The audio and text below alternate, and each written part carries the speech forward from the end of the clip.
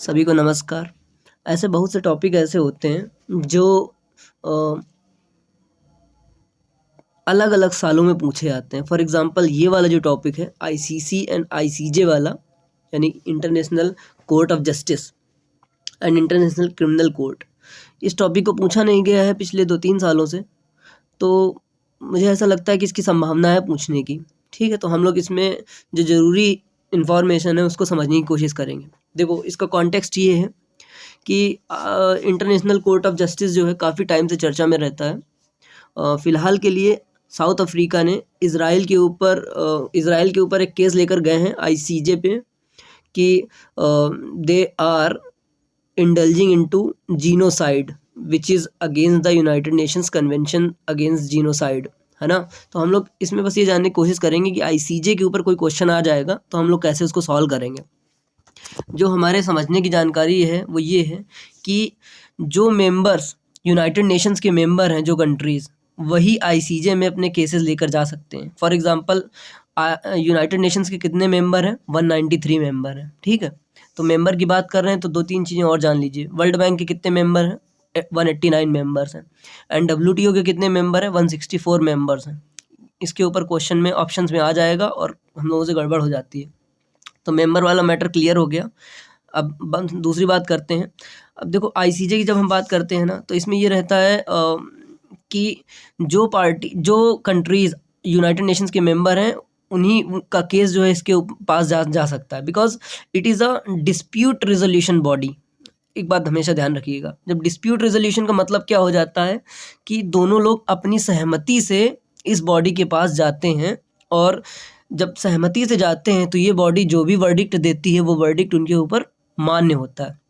उसके अलावा हम लोग देख लेते हैं, जो हम लोग याद रखने वाली चीज़ें हैं वो ये हैं कि ये सक्सेसर बॉडी है permanent court of international justice की, पीसीआईजे। ये 1920 के दौरान बनाई गई थी। लीग ऑफ नेशंस का जब गठन हुआ था उन्होंने जो है इसको बनाया था, और 1946 को इसको डिसॉल्व कर दिया गया था permanent court of international justice को, और उसकी जगह पर आईसीजे को बनाया गया था।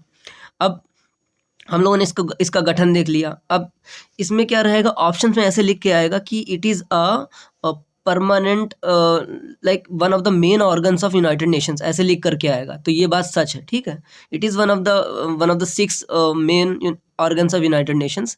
और इसमें क्या रहता है, 2 भाषाओं में इसका जो है काम किया जाता है, फ्रेंच में और इंग्लिश में। ठीक है, इसमें क्या होता है, 15 जजेस होते हैं। हर एक जज एक देश से एक ही जज हो सकता है, ठीक है। और उनका टेन्योर जो होता है वो 9 साल का होता है। इसका जो सीट है वो नीदरलैंड में है, ठीक है। पीस पैलेस जो है बेसिकली इट इज़ अ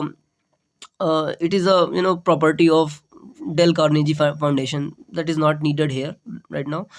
तो हम लोगों ने जान लिया, पहली चीज़ क्या जान ली कि ये किसकी सक्सेसर बॉडी है, ये पीसीआईजे की सक्सेसर बॉडी है।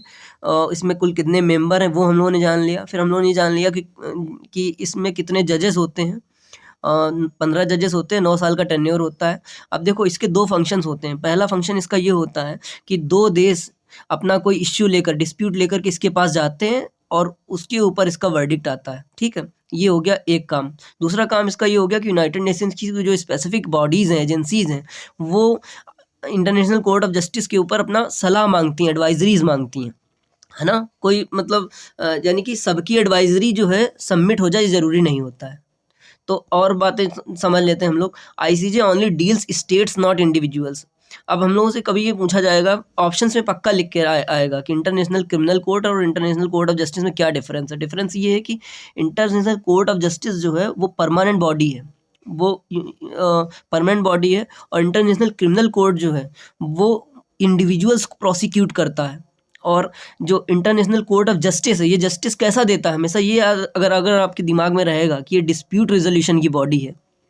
तो जब डिस्प्यूट रेजोल्यूशन जो होता है, डिस्प्यूट रेजोल्यूशन में किसी को प्रोसिक्यूट नहीं किया जाता है।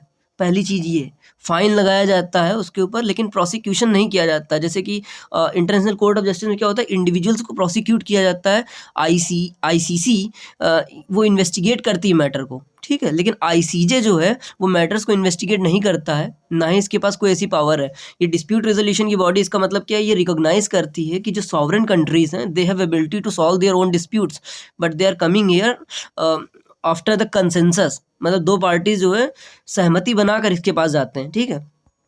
उसके बाद हम लोग देखते हैं jurisdiction is general not specific. इसका जुरिस्डिक्शन जो है वो जनरल है। जनरल है मतलब कि वाइड वैरायटी ऑफ टॉपिक्स को डील करता है। फॉर एग्जांपल जैसे कि अगर कोई समुद्र से रिलेटेड है, जैसे इट लॉस एक बॉडी है ITLOS, ठीक, वो स्पेसिफिक मैटर्स को डील करती है, matters related to marine marine security से रिलेटेड जो भी रहते हैं, ठीक है। Court is not supreme court. और एक चीज़ याद रखना है कि ये सुप्रीम कोर्ट जैसा नहीं है to which national courts can turn. It does not act as a court of last resort for individuals. अब मैंने ये लाइनें क्यों लिखी हुई हैं, क्योंकि ऑप्शन जब बनेंगे ना इसके ऊपर, मुझे पूरा भरोसा है, तो एग्जैक्ट सेम लाइनें जो है पिकअप की जाएंगी। और मैं आपको हमेशा रिकमेंड करता हूँ, कोई अगर आपको प्रीलिम्स के लिए इम्पॉर्टेंट बॉडी या कुछ भी इन्फॉर्मेशन लगे, उसको हमेशा ऑफिशियल सोर्स से पढ़ें आप पहले, ठीक है। और इन टॉपिक्स को मैं कवर इसलिए कर रहा हूँ क्योंकि ये मतलब सिंप्लीफाइड नोट्स हैं, है ना। लास्ट मोमेंट में अगर आपको रिवाइज करना हो कुछ तो ये उसके लिए है। बाकी मैं हमेशा रिकमेंड करता हूँ, मेरा वीडियो देखें ना देखें कोई इश्यू नहीं मुझे, पर मैं चाहता हूँ कि आप जो है ऑफिशियल सोर्स से रिफ़र करें। हालांकि जो टॉपिक मैं कवर करता हूँ उसमें मैं इतना ज़रूर कवर कर लेता हूँ कि MCQ आए अगर प्रीलिम्स में तो मैं उसको सॉल्व कर सकूं। तो ICJ के ऊपर अगर कोई MCQ आएगा तो ये एग्जैक्ट लाइन लिखी होगी उसमें कि कोर्ट इज़, उसमें लिखा रहेगा कि it is the supreme court, like कि जो कोर्ट है ना, अलग अलग डिफरेंट नेशंस की जो कोर्ट है वो इसके पास जाती हैं अपना डिस्प्यूट लेकर, पर वो गलत है। It is not a supreme court to which national courts can turn. It does not act as a court of last resort, nor is it an appeal court for any international tribunal. It can, however, rule on a validity or arbitral awards.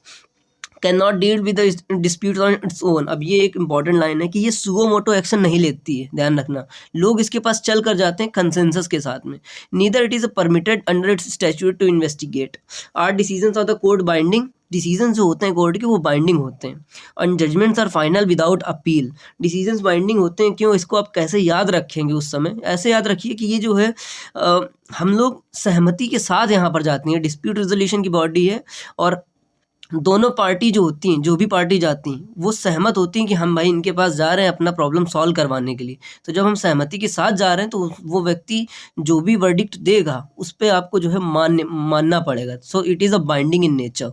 Judgements are final and without appeal. Without appeal का मतलब ये हो गया कि जो judgement दे दिया उस पर अब कुछ नहीं कर सकते। हालांकि कोई नया फैक्ट आ जाए, कोई नई चीज़ आ जाए जो पहले से ना पता हो, तो that can be considered. But इसको ऐसे मान के चलिए कि judgement is without appeal and it is binding. तो हमें एक बार मैं समराइज़ कर देता हूँ। सबसे इम्पॉर्टेंट क्या है ICJ में? ICJ मतलब it is a permanent court. It is basically, पहली चीज़ ये है कि सक्सेसर बॉडी PCIJ की, ठीक है। पहली बात हो गई ये। दूसरी बात ये हो गई कि ये कोई सुप्रीम कोर्ट नहीं है ना। इसमें और ये सुओ मोटो एक्शन नहीं लेती है, ये इन्वेस्टिगेटिव पावर नहीं रखती इसके पास। इसके जो जजमेंट्स होते हैं वो बाइंडिंग होते हैं, विदाउट अपील होते हैं, ठीक है। और बाकी सब चीज़ें तो नहीं पूछी जाएंगी, बस यही 3-4 चीज़ें इंपॉर्टेंट थी।